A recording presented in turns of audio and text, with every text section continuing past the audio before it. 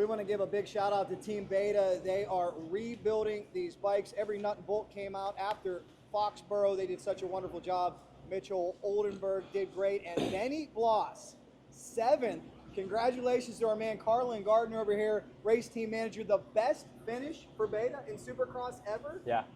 And it was a race where he stopped for goggles? Yeah, he stopped in the first rhythm and was messing with the bike. Like, he was kind of looking down. He wasn't messing with his goggles, and I panicked for a second. I was like, oh no, something's wrong. He yanks his goggles off, and so I radioed the mechanic that he pulled his goggles, like, have goggles out. He rolled around in last place till the mechanics area, and when he came through the mechanics area, his mechanic Anthony put the goggles on his head. Benny never took his hands off the bars, and he kept going straight through the mechanics area, and then took off and went to work and made his way back to 7th. That's amazing. I know you got to be proud of that. You guys have come a long way. It looks like we got all hands on deck over here. What's going on with the motorcycle? We're just putting it back together. Benny's mechanic Anthony's out sick today, so get well, Anthony. My brother Bryson, Tyler, and I, and we're just kind of piecing it together, helping him out. And yeah, Bryson and Tyler, good to see them. Filling the holes, so we're just buttoning it up right now. Who wins on the dirt bike between you and Bryson? I got him for like 3 laps, and then he's got the distance. Continue on though. So really, Foxborough wreaked havoc on these bikes, didn't it? Yeah, it essentially ruins them. So they both get new engines, get torn completely down, and we tore every nut and bolt off of them and clean them, and try to replace what we can while being not too spend worthy. But yeah, mud races are not good. It ruins a lot of parts, but it's good for us, I guess, with good results. So you guys are just out here working on the road, working out of this massive rig, doing everything on the road. Yeah, we're just traveling circuits, racing dirt bikes. I love it, man. Speaking of this beautiful rig, is there any way we could take a little peek inside?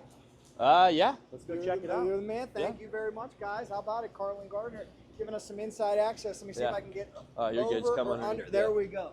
All right. This is real inside access right here. We're going to go in a factory rig. We want to thank Carlin, big time. Yeah, it's busy in here because it's cold, so everyone's hiding out. We'll just take a quick look, and there is the man. Excuse me, sir. Rumor is my team manager has his brother for 3 laps. So you give me some more. Well, man, big congratulations on that finish, Benny. That is awesome. Carlin, if you could show us what you guys are doing in here a little bit. Right now, most of them are just hiding out of the weather, but this is just the traveling truck that has parts for everything we need on these dirt bikes every weekend. Wow. Anything that we can think of to replace or need or have spares. We carry a few of everything, as well as 2 complete bikes that are built on the truck.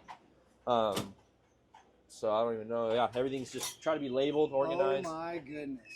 Try to have something that's quick and easy for the mechanics to find if they need parts. That's amazing. Different options for riders, different chains, Mika sprockets, different gearing. You guys got it all. Yeah, everything we need to rebuild the bike. Brakes, where did you rotors. say this truck is based out of? Paso Robles, California, out of the headquarters. And when does it go home to get replenished? It won't go home until after the season. So it's been on the road for 10 rounds now or something. So we try to stock it full before it leaves. We obviously have the first few rounds in California. And then once it heads out, we have it stocked. And then week to week, we'll fly in with some Mojo bags full of parts and bring in what we need if the mechanics need it. Some goody titanium drawer. Man, that is so awesome. Well, Carlin, Benny, congratulations, guys. And what do we got? Insta360. Okay, and I did notice, Benny, you got some Velcro on the top of your helmet here. Foam. There we go. Keep away from the mud.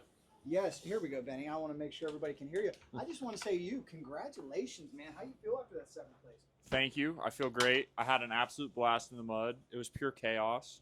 Track was insane. Ran the foam last week to keep the mud off the helmets. Gonna run it again this week unless it's not muddy. I think it's gonna be muddy. I hope it's gonna be muddy. Yeah, we got tear-offs, roll-offs. We're ready to go. Man, awesome. 7th was impressive. Do you feel like you could even do better than 7th this year? I definitely feel like I could do better. Looking at like lap times and stuff last week, I definitely left a very good result on the table, but it happens. I think Carlin was a little upset with me afterwards because of that. It was all right. I think there was I'm not gonna say the words that he said to me, but call him a butthole. a little more graphic. But you know, Well, whatever motivates him, right?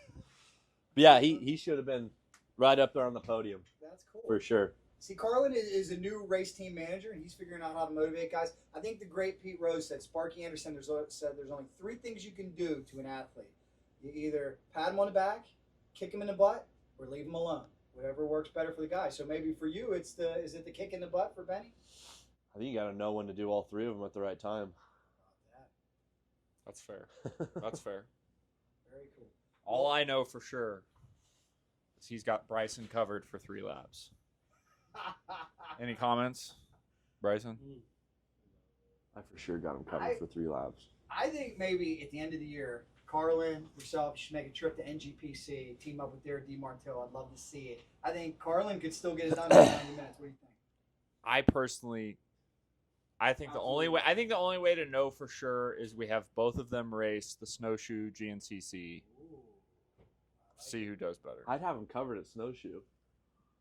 It's more technical. What do you think, It's Bryson? more technical. That's his claim to fame. You can have all 3 laps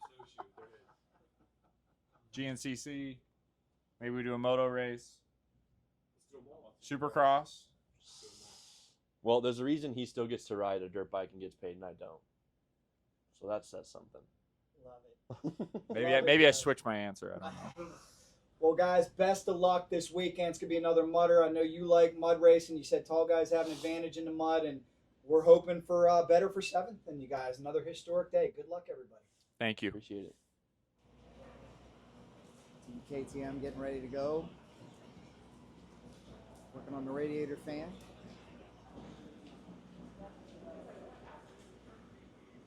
We got to give a big shout out to the media as well. Well, it is miserably cold. It is nasty here, but we got my man Aaron Kennard. Aaron, how you doing? For those who do not know you, brother of Trey Kennard, or Trey's your brother, shall we say, you help us out on all the NGPC broadcasts, do a fantastic job. What do you think about conditions this week here in Philly? Hopefully, if it just rains today, it's not bad tomorrow. I mean, it could be good, but last week you saw what happened, and people getting podiums that never been on the podium and never been in the main event. Points changing, different people winning. I mean, the sky's the limit on what could happen tomorrow if it doesn't stop raining tonight. How tough is this for the TV crew, for what you guys do out there? It's not fun. It's cold, miserable, but you know, if you love the sport like I do, and like most of us do on the crew, it's worth it. It's worth it to go get muddy and rainy all night. Good luck, man. Thank you, sir. It's Chase Sexton heading in right now.